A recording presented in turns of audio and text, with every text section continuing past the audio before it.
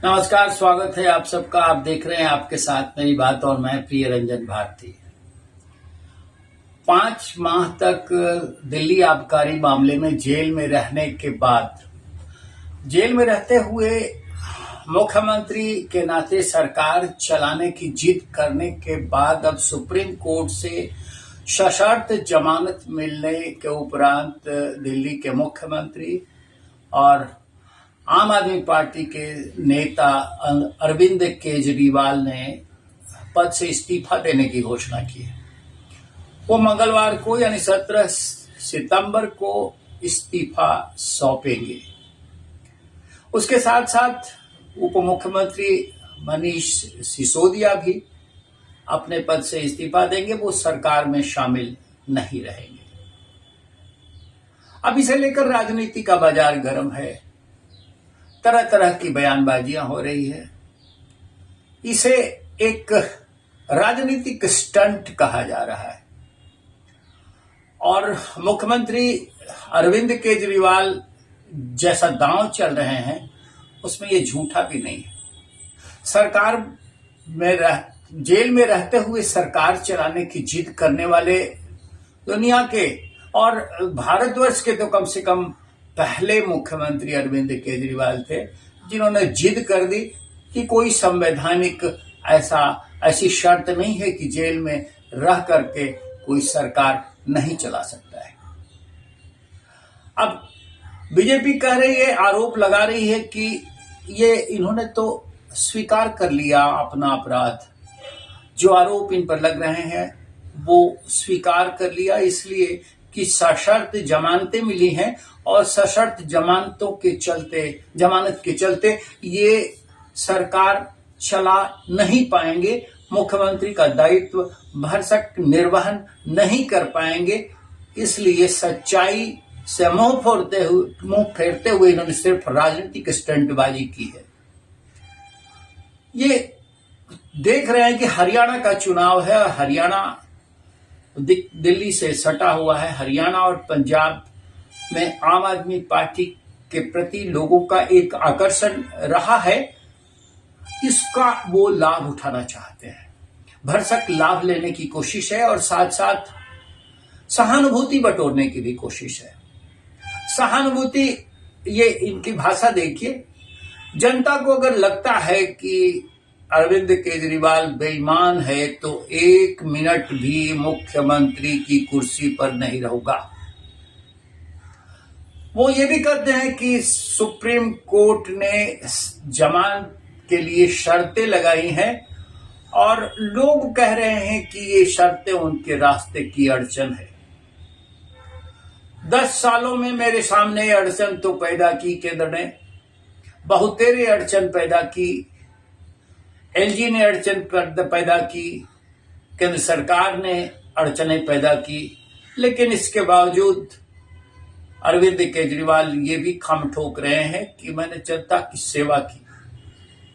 अगर जनता चाहती है, जनता को लगता है कि मैं इस योग्य नहीं हूं, मैं गलत हूं, तो जनता मुझे वोट ना करे। अगर लगता है कि मैं सही हूं, बेईमान नहीं हूं, तो मुझे वोट करे। और ये भी कि जब तक जनता मुझे फिर से नहीं चुनेगी तब तक मैं मुख्यमंत्री की कुर्सी पर नहीं बैठूंगा। अरे भाई, मुख्यमंत्री की कुर्सी पर तो उसी दिन छोड़ देनी चाहिए थी आपको जिस दिन आपको जेल जाने का शुभ समाचार मिला था। इसकी मिसालें हैं, अनेक मिसालें हैं कि कोई आरोपी व्यक्ति जेल जाने से पहले संवैधानिक पद पर नहीं रह सकता है। मुख्यमंत्री की कुर्सी या प्रधानमंत्री की कुर्सी या किसी मंत्री की कुर्सी, वो उस पर जवाबदेह रहता है और उसे धारण करते हुए जेल की यात्रा नहीं कर सकता है। लेकिन अरविंद केजरीवाल ने ऐसा किया और ना सिर्फ ऐसा किया बल्कि ये सुप्रीम कोर्ट से जमानत जो शर्तों के साथ मिली है उन शर्तों को न सार्वजनिक करते हुए ये पब्लिक को सीधा गुमराह कर रहे हैं और सहानुभूति के नाम पर वोट बटोरने की कोशिश कर रहे हैं। इनका कहना है कि महाराष्ट्र में चुनाव 2025 के उनका कहना है कि 2025 में फरवरी महीने में दिल्ली विधानसभा का चुनाव है, लेकिन महाराष्ट्र का चुनाव इसी साल नवंबर में होना है और ये मांग कर रहे हैं कि महाराष्ट्र विधानसभा चुनाव के साथ साथ दिल्ली विधानसभा के चुनाव भी चुनाव आयोग करा ले। अब ये चुनाव आयोग के ऊपर निर्भर करता है, लेकिन इनकी बातों से तो ये साफ लग रहा है कि ये एक राजनीतिक दांव चल रहे हैं, सहानुभूति कार्ड खेलना चाह रहे हैं, जनता की नजरों पर एक चश्मा लगा करके कि हम बिल्कुल ईमानदार हैं, पाक साफ हैं, मैंने कोई बेईमान नहीं की है और मेरे साथ सरकार जानबूझ करके परेशानियां पैदा कर रही है। ये जनता को इस तरह से, दिल्ली की जनता को इस तरह से अपनी भावनाओं में बहकाकर वो चाहते हैं कि जल्दी से जल्दी चुनाव आए, चुनाव करा लिए जाए और फिर हम मुख्यमंत्री का पद धारण कर लें। एक स्टंटबाजी के सिवाय से और कुछ नहीं कहा जा सकता है। अब जो जानकार हैं वो तो ये भी कह रहे हैं कि मुख्यमंत्री पद धारण करने वाले अरविंद केजरीवाल को जेल में तिहाड़ में रह करके सरकार चलाने की बजाय तभी इस्तीफा दे देना चाहिए, लेकिन अब इनके सामने आपदा आ गई है। सुप्रीम कोर्ट ने शर्तें लगा दी हैं, अड़चने हैं, इसलिए ये आपदा में अवसर तलाश रहे हैं।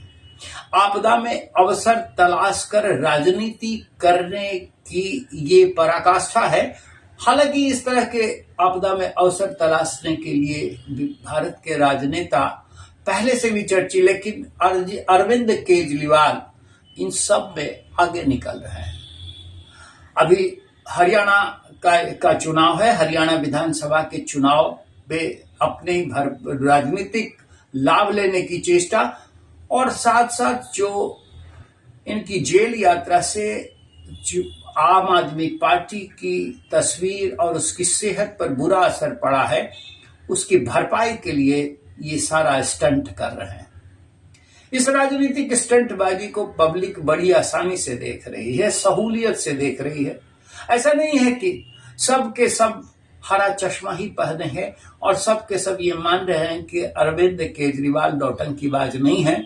अरविंद केजरीवाल पाक साफ हैं, दूध के धुले हैं। लेकिन ये हकीकत है कि अब जब दांव चलने की बारी आई है तो उन्होंने स्टंट ही चला है। पब्लिक इनकी स्टंटबाजी पर कितनी मुहर लगाती है, ये हरियाणा चुनाव के नतीजों से ही साफ हो जाएगा। और अगर चुनाव आयोग निश्चित रूप से महाराष्ट्र विधानसभा के साथ साथ नवंबर में दिल्ली विधानसभा का चुनाव करा लेता है, तब भी ये पूरी तरह से खुलकर सामने आ जाएगा कि अरविंद केजरीवाल की नौटंकी अब जनता की आंखों की किरकिरी बनी है या फिर जनता इन पर आंख मूंद कर भरोसा कर रही है। अब ये देखना महत्वपूर्ण होगा और ये दिखेगा तो बस चुनाव में ही। अभी राजनीतिक गोटियां सेकने का अवसर है। आपदा में अवसर घुराने की भरसक कोशिश अरविंद केजरीवाल कर रहे हैं। देखते हैं कितना ये सफल होता है। लेकिन आप भी देखिए और आप जैसा महसूस कर रहे हैं वो अपनी प्रतिक्रिया हमारे कमेंट बॉक्स में, इस वीडियो के कमेंट बॉक्स में देना ना भूले। आपकी प्रतिक्रिया हमें आपकी टिप्पणियां हमें उत्साहवर्धित करती हैं, वांछित हैं। हम आपका स्वागत करने के लिए तत्पर रहते हैं।